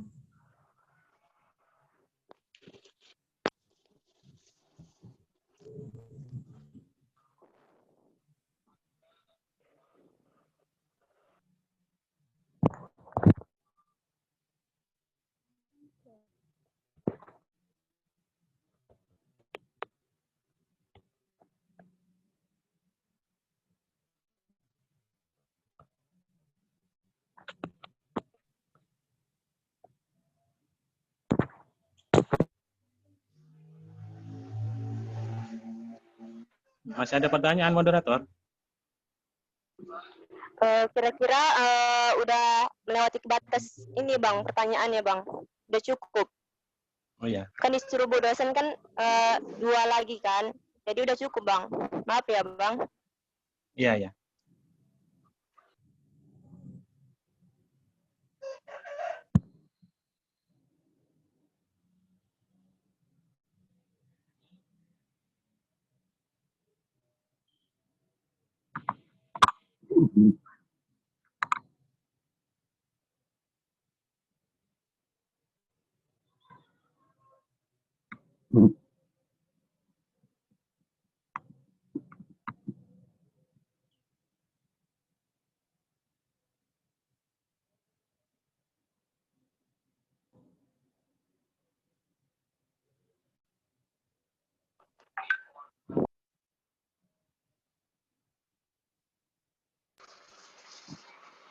Kak Mega, bisa diulangin lagi tadi pertanyaannya, Kak?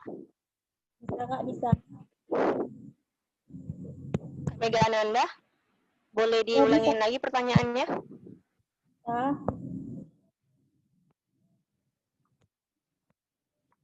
Apa yang bisa masyarakat lakukan apabila melihat petinggi negeri korupsi? Jelas, Kak? Ya, terima kasih ya, Kak.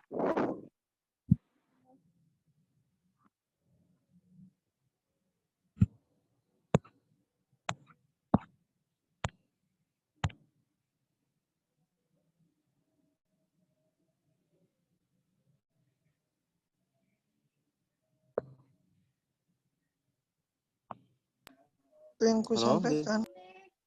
Jadi gimana selanjutnya nih? Kok pada diem? Bang harap bersabar ya. Ini anggota saya lagi mencari jawabannya.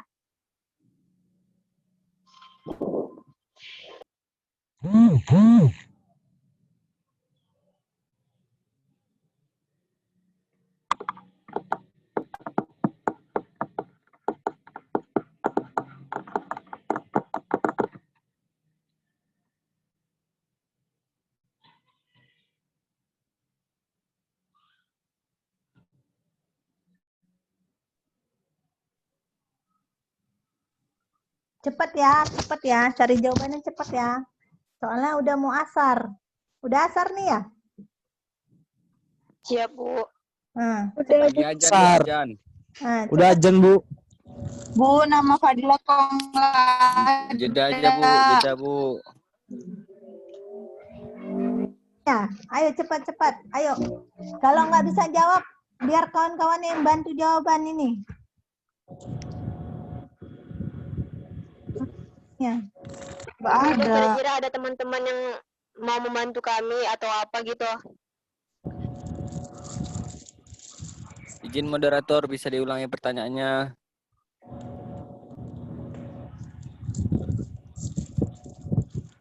Ya Bang, silakan.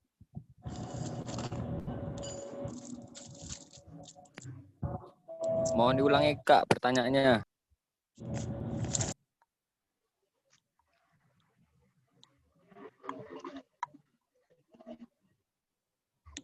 Pertanyaan tadi yang Kak Mega ya? Kak Mega tadi pertanyaannya, apa yang dilakukan pemerintah, apa yang dilakukan petinggi negeri yang dilakukan oleh pemerintahannya? Kayak gitu ya Kak Mega? Bisa diperjelas, Kak? Bukan itu, Kak. Bukan kayak gitu tadi. Maksud dia itu Apa yang dilakukan petinggi negeri? Petinggi negeri apa yang kan? dilakukan masyarakat apabila petinggi negeri melakukan korupsi. Demo. Ya Bang. Oke, izin menjawab boleh, moderator? Ya silakan Bang. Dengan Oke. senang hati. Jadi gini, ini menurut pendapat saya pribadi ya, apa yang perlu dilakukan masyarakat jika pejabat tinggi negeri itu melakukan tindak korupsi gitu kan. Jadi menurut saya, ya masyarakat harus atau wajib menyampaikan aspirasi kepada pemerintah itu sendiri. Menyampaikan ekspresi dia bahwasanya tidak setuju atau menentang yang namanya korupsi itu sendiri gitu. Jadi ditanggapi atau tidaknya itu tergantung pemerintah lagi gitu. Itu sih Kak menurut saya, singkat aja. Bagaimana mau mengaspirasi ke pemerintah, Bang, sedangkan kita aja nggak diberi aspirasi, dilarang. Kayak mana lah itu, Bang? Kan mau ngasih pendapat pun udah benar tetap salah di mata pemerintah. Itulah. Pidana, Itu Bang. gimana itu, Bang?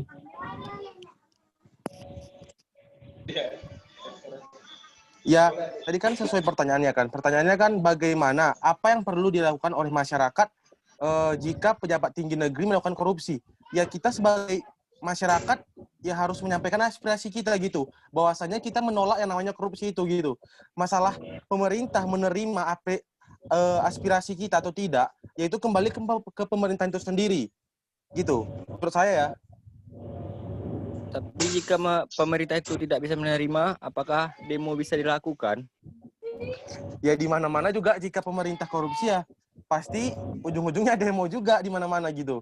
Ya itulah tadi cara kita menyampaikan aspirasi kita, cara kita menaikkan suara kita ke pemerintahan biar pemerintah itu mendengar aspirasi kita sebagai masyarakat. Terima kasih.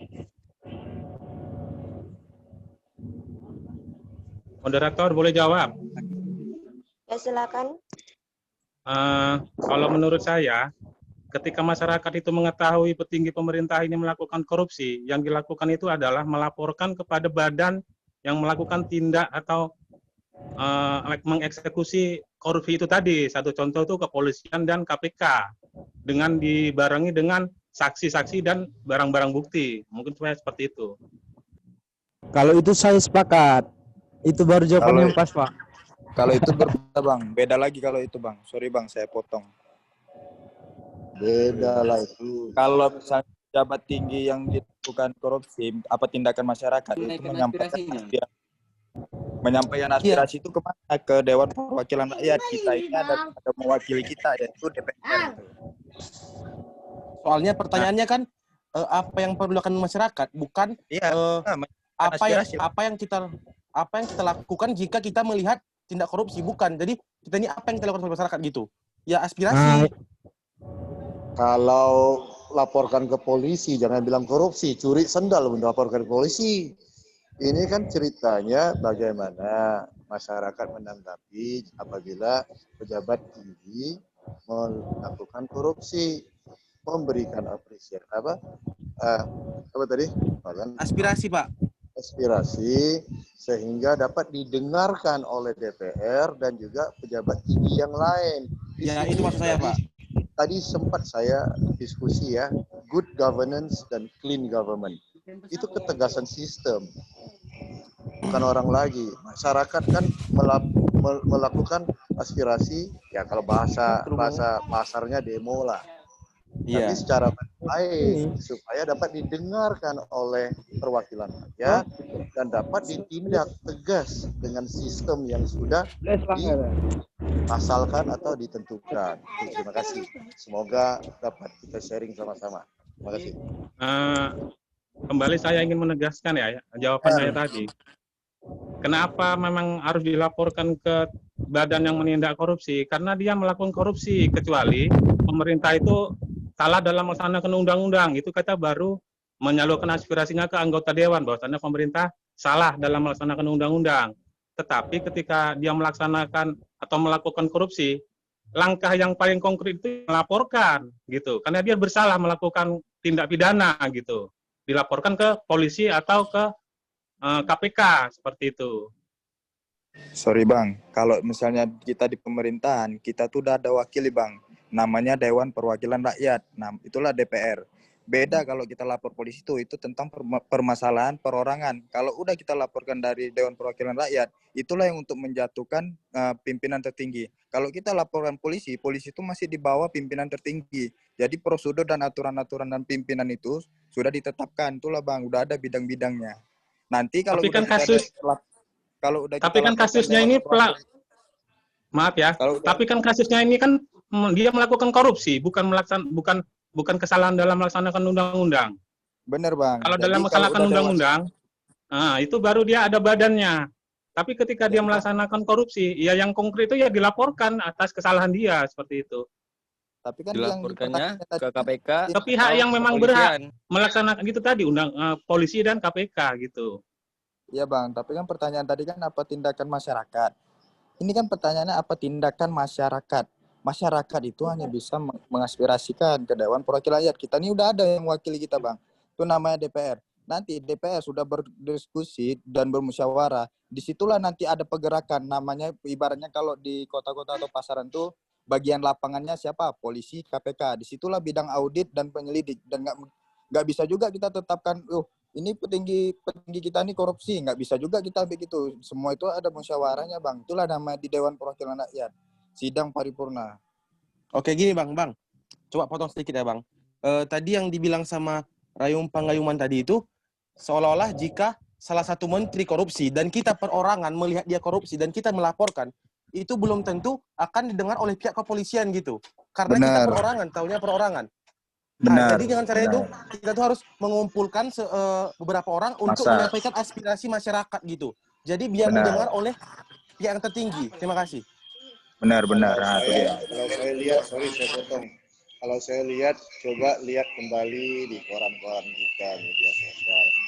Kasus di Malaysia, Perdana Menterinya korupsi, polisi, jangan bilang polisi ya, hakim agung aja nggak bisa tindak sampai digulingkan sama pemerintahan yang baru.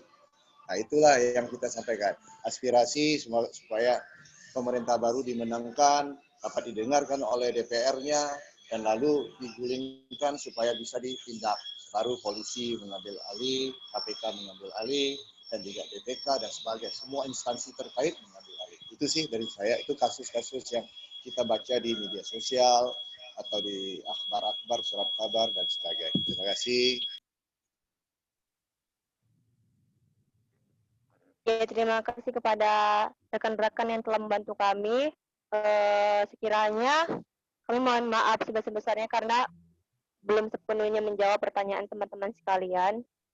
Kami harap teman-teman sekalian dapat memakluminya.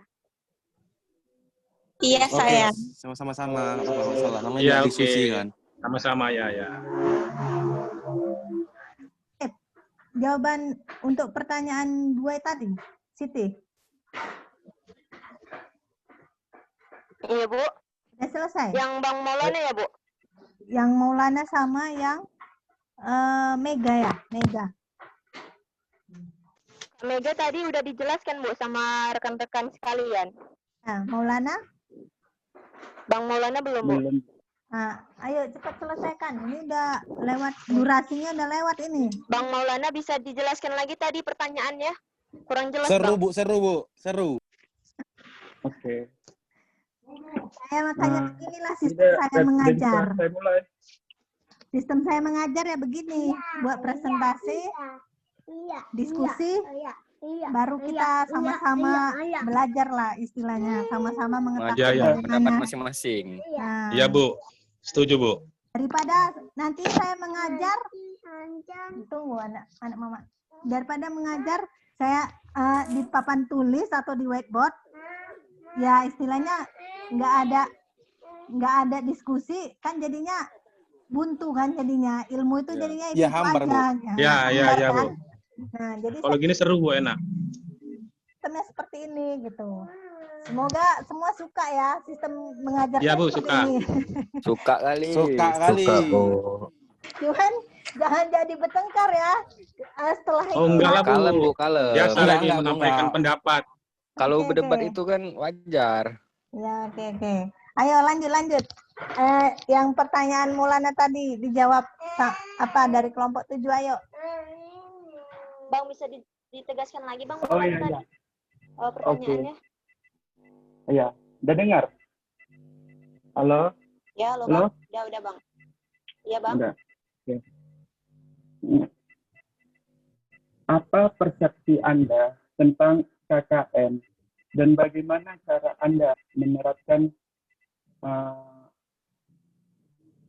agar terhindar dari KKN tersebut? Bisa dimengerti? Terhindar Halo? dari kasus korupsi ya, Bang? Sorry Bang, Terhindar sorry dari- Bang. Sorry Bu moderator, mungkin Bang ada sebagian kawan-kawan KKN itu tidak memahami. Bisa dikasih pengertiannya Bang atau penjelasan singkatan dari KKN itu apa Bang? Maaf, tadi kan KKN kan udah dijelaskan dari awal. Kalau memahami kan pasti tahu gitu. KKN itu pengertian dari korupsi. Oke lah, kalau kawan-kawan semua udah memahami, boleh dilanjutin lagi. Oke, udah ngerti kan KKN kan? Halo? Ya, halo, Bang. Ya, terima Siap, kasih. siap. Ada Bang Ngerti, Maulana ngerti, siap, memberikan ngerti. pertanyaan. Ya, baik.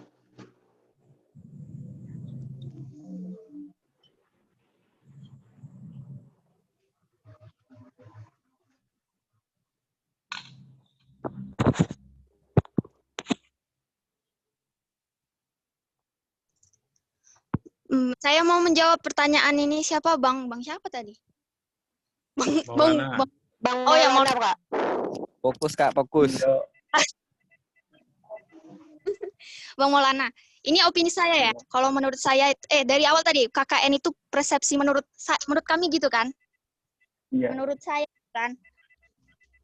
Menurut saya persepsi KKN seperti yang bisa kita lihat sekarang. KKN ada di semua segala kayak misalnya gini aja lah, kita mau daftar pegawai negeri, rata-rata kita harus punya channel gitu kan. Itulah KKN itu kan maksudnya. Ya kan? Halo?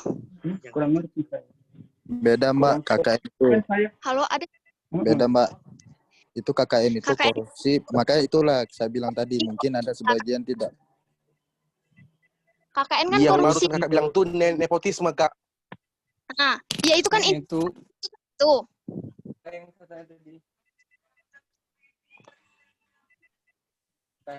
Aduh, ada sinyal nggak sih? Tapi yang Halo? bentar, Bu, moderator, saya mau instruksi bahwasannya yang moderator silakan, yang mengatakan tersebut, siapa yang tadi yang jawab? Yang yang dikatakan tadi dijawab katakan itu adalah contoh. Saya kan nanya ini persepsi. Persepsi itu kan pandangan atau pikiran Anda ataupun kelompok Anda itu sih.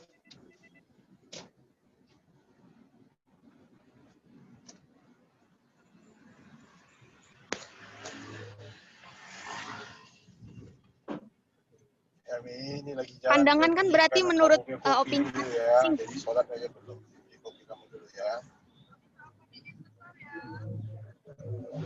Jadi beli kopi mami dulu ya. Minta harga member gimana kalau aku membernya nggak ada?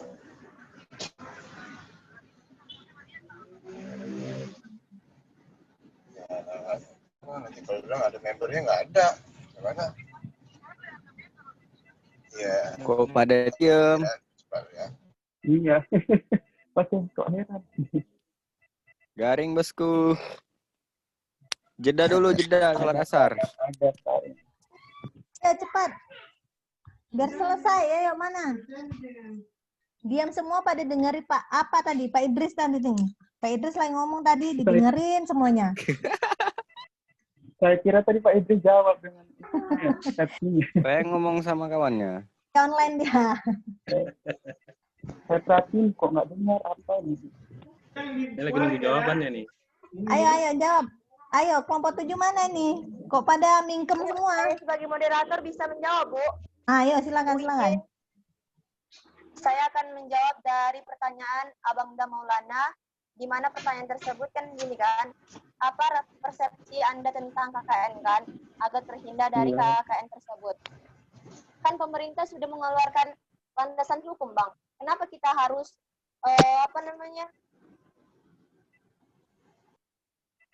mencegah terhadap KKN tersebut? Padahal pemerintah sendiri sudah memberikan landasan hukum terhadap persepsi tersebut gitu loh, Bang. Kira-kira Ya, saya paham yang dimaksud moderator, saya paham, benar. Cuman gini loh, saya kan gini, bagaimana cara menerapkan di lingkungan Anda? Makanya pertanyaannya diperhatikan nih, baik.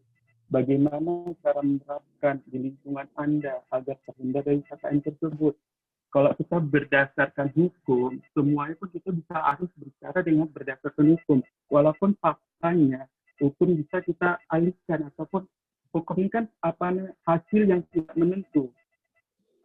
Cuman kan saya pertanyaan di sini, bagaimana cara menerapkan di lingkungan Anda menerapkan agar terhindar gitu.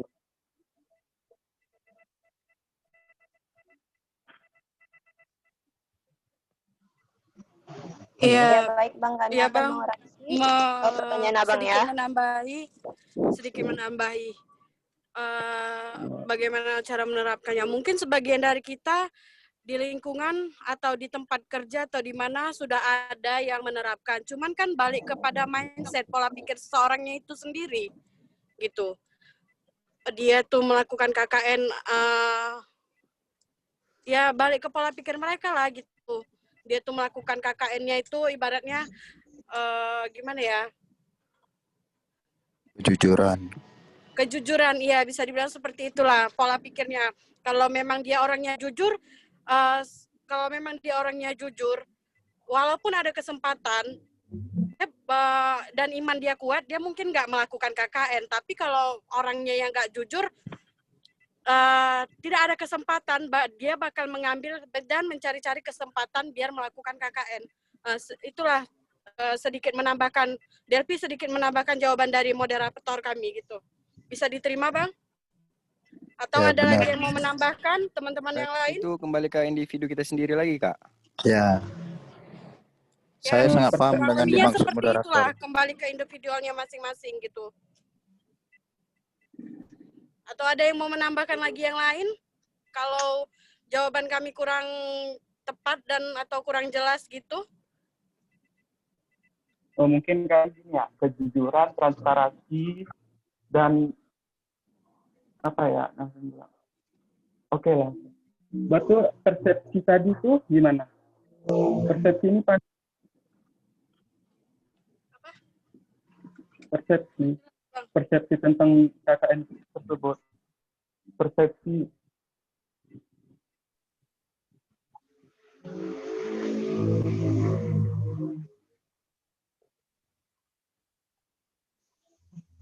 Halo? Halo Bang, bisa diulangi? Yang ini pertanyaan yang ini, apa persepsi Anda tentang KKN? Persepsi.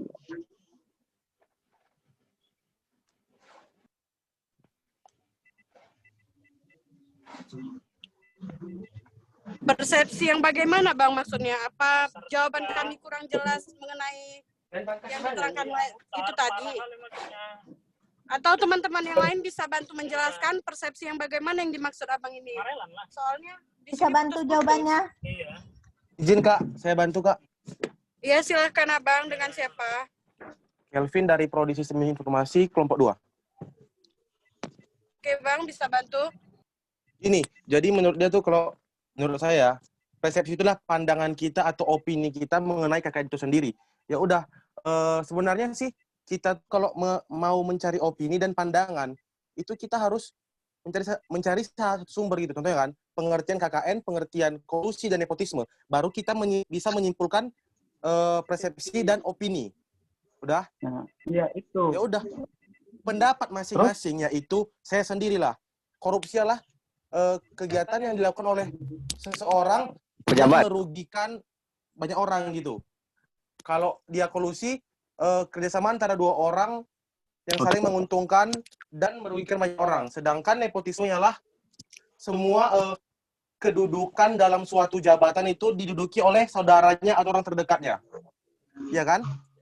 Nah, jadi pandangan saya mengenai KKN itu sendiri itu gitu. Nah, iya betul. Terima kasih. Itu kan Benar. ya, oke betul. Ntar gini, saya kan nanya KKN, berarti kan KKN ini kan disatukan gitu. Jadi bagaimana supaya arti dari kolusi itu dijadikan satu secara singkat gitu. Kayaknya Abang ini Kelewatan Bang. Gini Bang, Kelewat. Maksudnya jika kita udah mengerti dari KKN itu, baru kita bisa menyimpulkan. Bang, Bang izin Bang ya. Bang, izin Bang ya. Atau Abang Bang. yang kurang paham apa gimana Bang? Kayaknya kan yang lain tuh banyak yang menjelaskan. Tolong ya. Kayaknya udah Jika kita sudah mengerti dari semua arti dari KKN tersebut, maka kita bisa menyimpulkan bagaimana persepsi ke depannya. Tolong kepada Bang Maulana jangan memperibet gitu. KKN itu tidak, ya udah kalau KKN yaitu ada pendidikan masing-masing gitu, nggak ada satu kesatuan gitu. Ya udah, satu kesatuan itulah KKN itulah kriminal gitu, udah. Jika Abang tersebut sudah mengerti dari KKN, maka Abang bisa menyimpulkan persepsi ke depannya, Bang. Jika Abang bertanya, apa inti dari semua KKN itu adalah, gini Bang, jika Abang bertanya, jika semua KKN itu disatukan, apa persepsinya gitu? Itu namanya miskin Abang negaranya memperibet Bang, pertanyaan kalau gitu. KKN-nya Bang. Miskin Abang negara tuh kita memperibet Bang. pertanyaan gitu. Intinya kan dari persepsi tadi masing-masing gitu terus. dari KKN. Kalau Abang bertanya apa inti dari semua itu, ya kembali di awal lagi gitu. Nggak akan ada habisnya gitu Bang. KKN ya udah kolusi, korupsi dan nepotisme selesai. Ya kalau Abang bilang KKN itu nanti disatukan, yang ada negara ini Bang miskin, kita pun miskin semuanya Bang. Makanya sebelum itu kita harus mengerti dari KKN tersebut Bang. Itu terus. Padahal berarti cuma Abang sendiri yang nggak ngerti di sini ya Bang. Sabar ya, sabar. Satu-satu kawan. Itu disatukan, cuman pengertian dari semua itu diringkas gitu. Bukan saya bilang. Itu namanya kesimpulan Bang. Stop. Iya, Oke. kan saya bilang kesimpulan itu tadi. Ya udah, kesimpulannya KKN itu ialah kegiatan yang dilakukan oleh pejabat tinggi yang merugikan banyak orang, selesai. Oke. Kesimpulannya individu kawan. Oke, kalau kurang pas jawaban kawan-kawannya, kita sambung nanti Sabtu depan lagi ya untuk diskusinya. Ini kayaknya makin menarik ini ya, banyak apanya ya, pendapat-pendapatnya. Iya Bu. Yang Masih Bu. Masih kelompok 7 juga Bu. Bu, Kevin emosi Bu. Nanti saya suatu Minggu saat depan ke rumah Ibu aja. Apa kelompok berikutnya, Bu. Iya, Bu. Kelompok. Mungkin pembahasan ini masih bisa dilanjutkan minggu depan, Bu. Jangan Ya, dilanjutkan dengan apa lanjut kelompok ke sebelum. kelompok berikutnya, Bu? Sabtu depan. Iya, lanjut kelompok berikutnya, Bu. Berikutnya. Jadi mungkin nanti di situ udah dapat lah istilahnya apa namanya pemikiran-pemikiran atau udah dapat hidayah lah gitu. Apa yang mau dijawab nanti untuk pertanyaan dari Pak Maulana ini gitulah. Ya, berarti lanjut ke kelompok berikutnya ya, Bu. Pertanyaan untuk Bapak ini. Jadi kelompok berikutnya nanti mungkin kelompok 1 lah nanti saya apain untuk Sabtu depan ya. Kelompok 1. Iya, Bu. Materinya apa tuh, Bu? Iya, Bu. Materinya apa itu, Bu? Kemarin apa studi kasusnya? Studi kasus yang saya kasih kemarin apa untuk kelompok 1? Kelompok 1 apa materinya?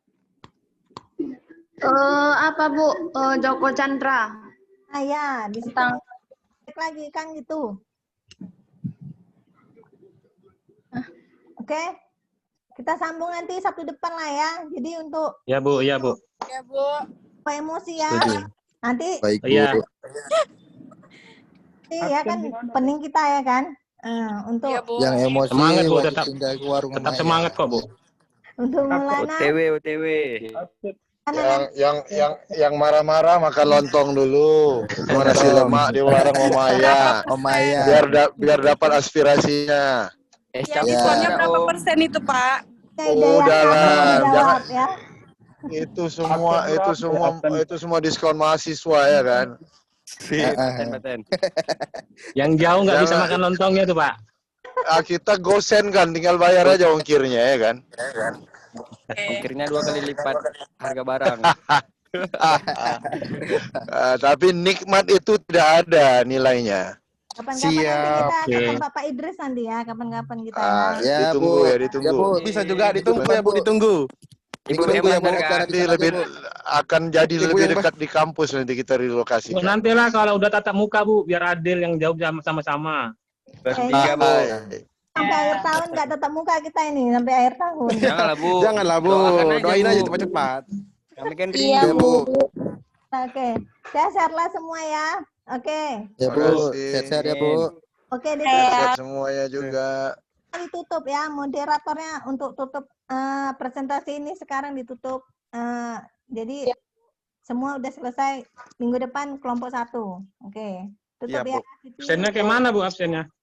Oh, absennya udah nanti urusan saya itu. Oh ya, Udah Ibu makasih, Bu. capture di grup kan? Nanti Swandi tuh ya, Pak, tugas Swandi tuh. Tutup ya.